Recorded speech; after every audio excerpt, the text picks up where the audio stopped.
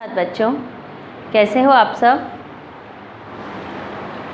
आज हम लोग पढ़ेंगे हिंदी व्याकरण, उसके अंदर पाठ वर्ण विचार। जैसा कि हम लोग हमारे पिछली कक्षा में पढ़ चुके, भाषा किसे कहा जाता है। विचारों के आदान प्रदान के माध्यम को भाषा कहा जाता है। मैं कोई बात कह रही हूँ, आप सुन रहे हैं, और आप अगर कुछ कहते हैं और मैंने सुना या मैंने कुछ लिखा, उसको आपने पढ़ा, वह भाषा कहलाती है। भाषा वह सामने वाला कुछ कह रहा है, हम उस बात को समझ रहे हैं, या मैं कुछ कह रही हूँ, आप उस बात को समझ रहे हैं, उसे भाषा कहा जाता है। एक ट्रैफिक सिग्नल पे खड़ा हुआ एक ट्रैफिक पुलिस वाला जब अपने हाथों के इशारों से आपको सिग्नल देता है, साइड बताता है, वह सांकेतिक भाषा कहलाती है। जब मैं बोल रही हूँ, आप सुन रहे हैं, तो मेरा जो कहना हुआ वह मौखिक भाषा कहलाती है। पीछे ब्लैक बोर्ड के ऊपर मैंने जो भी लिखा है, आप उसे पढ़ सकते हैं, वह लिखित भाषा कहलाती है। अब व्याकरण में ध्वनि का अर्थ होता है वर्ण। ध्वनि किसे कहते हैं? ध्वनि कहते हैं कि जब मैं बोल रही हूँ तो मेरे मुंह से अलग अलग तरह की बहुत सारी ध्वनियाँ निकल रही हैं, जिसे आप सुन रहे हैं। और व्याकरण में ध्वनि का अर्थ होता है वर्ण। अब जब ध्वनि निकलती है तो उसके लिए हम लोगों को किसकी ज़रूरत होती है? वर्ण की। जो मैं बोल रही हूँ उसको आपको समझने के लिए आपको उस भाषा का ज्ञान होना बहुत ज़रूरी है। उसके लिए हमें वर्ण का ज्ञान होना पड़ता है। ध्वनियाँ मुख से बोली जाती हैं। जो मैं बोल रही हूँ आप समझ रहे हैं, वह मैं मुख से बोल रही हूँ, तो ध्वनियाँ जो है मेरे मुंह से निकलने वाली भाषा, वह मुख से बोली जाती है और कान से सुनी जाती है। जो मैं बोल रही हूँ वो आप सुन रहे हैं। उन ध्वनियों को जब हम लिखते हैं, जैसे मैंने बोला वो तो आपने सुना, लेकिन जब मैंने इसे लिखा, जो मैं बोल रही हूँ वह मैंने लिखा, तो उसे हम अक्षर कहते हैं। जैसे मैंने ये लिखा, कुछ भी आपने यहाँ पर पढ़ा भाषा, तो भ आप पहचान रहे हैं भ, तो यह जो भ है यह अक्षर कहलाता है। और इसी अक्षर को हम लोग वर्ण कहते हैं। अक्षर का ही दूसरा नाम वर्ण होता है। जैसे यह मेरी पाठशाला है, यहाँ पर लिखा मैंने कि यह मेरी पाठशाला है। अब वर्ण जो है वह भाषा की सबसे छोटी इकाई होती है, जिसके हम लोग और टुकड़े नहीं कर सकते हैं।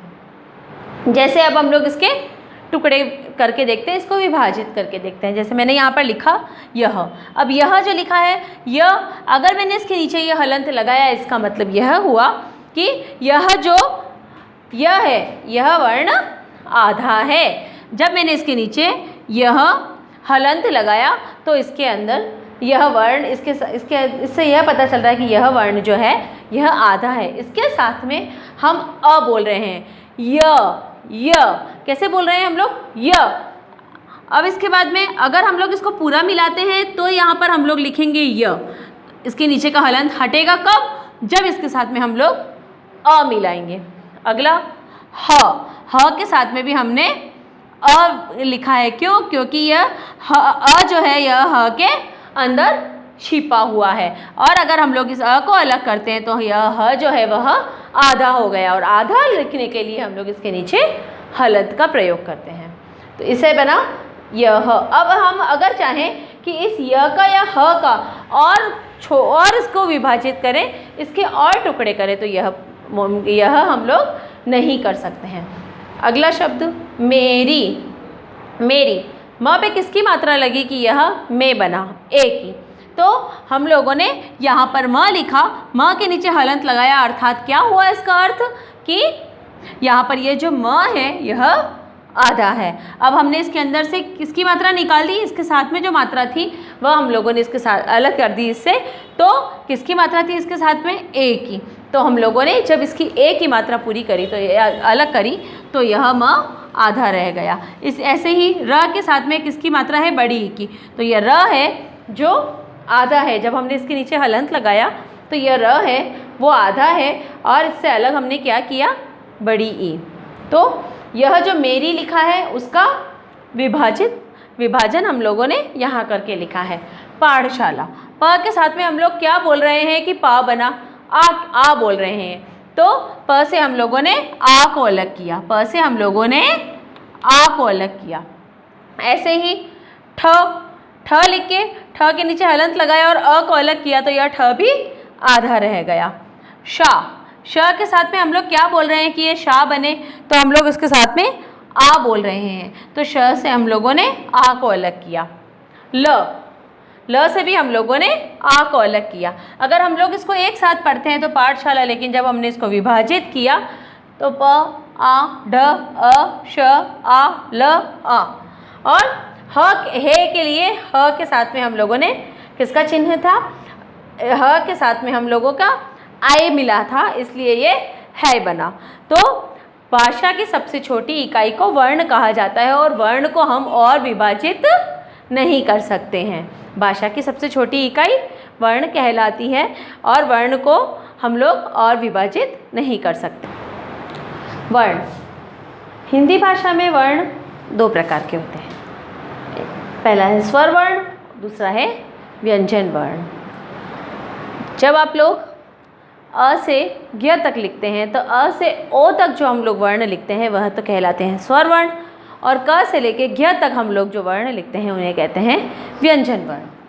स्वर किसे कहते हैं? स्वर जिन वर्णों के उच्चारण में किसी अन्य वर्ण की मदद की अनिवार्यता महसूस नहीं होती उन्हें हम लोग स्वर वर्ण कहते हैं। स्वर वर्ण जैसे हम लोगों ने लिखा क, जब हम लोग बोलते हैं क तो क बोलने के लिए हम लोग उसके साथ में अ बोलते हैं। अगर हम लोग इस क से अ को अलग कर दें तो हम इस क को अलग से नहीं बोल सकते हैं, इसलिए हमें व्यंजन को बोलने के लिए हमेशा स्वर वर्ण की आवश्यकता होती है, चाहे वह स्वर वर्ण कोई सा भी हो।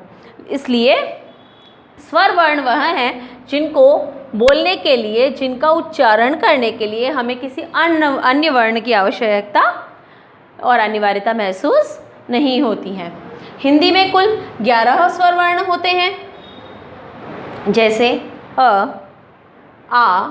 अब हम लोग जैसे बोल रहे हैं यहाँ पर अ के साथ में हम लोगों को किसी भी दूसरे वर्ण को बोलने की ज़रूरत नहीं होती है। इसको उच्चारण करने के लिए हम लोगों को अन्य वर्ण को बोलने की आवश्यकता नहीं होती है। तो अ, आ, ई, ऊ, री, ए, आई, ओ, औ।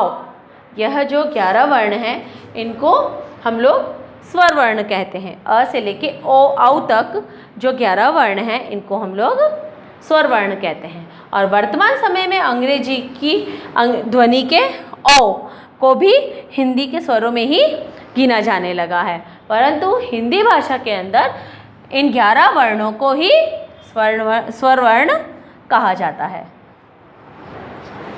अब है व्यंजन। जिन वर्णों का उच्चारण स्वर की मदद से होता है उन्हें हम व्यंजन वर्ण कहते हैं, उन्हें व्यंजन वर्ण कहा जाता है। जैसा कि मैं बता चुकी कि जब हम लोग किसी भी व्यंजन वर्ण से स्वर को अलग कर लेते हैं तो उस व्यंजन वर्ण के और टुकड़े नहीं किए जा सकते, लेकिन जब कोई व्यंजन वर्ण पूर्ण होता है तो उसके अंदर उसके टुकड़े हम लोग कर सकते हैं, उसे वर्ण कहते हैं। ठीक है, चलिए आइए देखते हैं। हिंदी वर्णमाला में इनकी कुल संख्या 35 होती हैं। हिंदी वर्णमाला में स्वरों की संख्या 11 और व्यंजन की संख्या 35 होती हैं। क से लेके ऋ तक को व्यंजन वर्ण कहा जाता है। चलिए आइए देखते हैं। क, ख, ग, घ, य, च, छ, ज, य,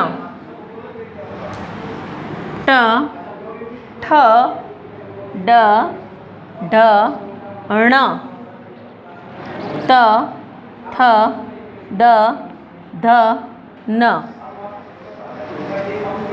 प, फ, ब, भ, म, य, र, ल, व, श, स, ह, ड़ और ढ। यह जो हैं यह 35 वर्ण, इनको हम व्यंजन कहते हैं। इनके अतिरिक्त अक्ष, त्र, ज्ञ, श्र, अम, और अह, इनको भी हिंदी वर्णमाला के अंदर सम्मिलित किया गया है। हिंदी वर्णमाला किसे कहा जाता है? अ से लेके य तक के सारे वर्ण हिंदी वर्णमाला कहते हैं। वर्णमाला किसे कहा जाता है? किसी भी भाषा को कि वर्णमाला जो होती है उसके अंदर जो वर्ण होते हैं वह एक क्रमबद्ध रूप में जमे हुए होते हैं। इसके साथ यह वीडियो हम लोग यहीं ख़त्म करते हैं। अब आप लोगों को अपनी कॉपी के अंदर स्वर और व्यंजन इनको अलग अलग रूप में लिखना है। पहले ऊपर स्वर और फिर नीचे व्यंजन।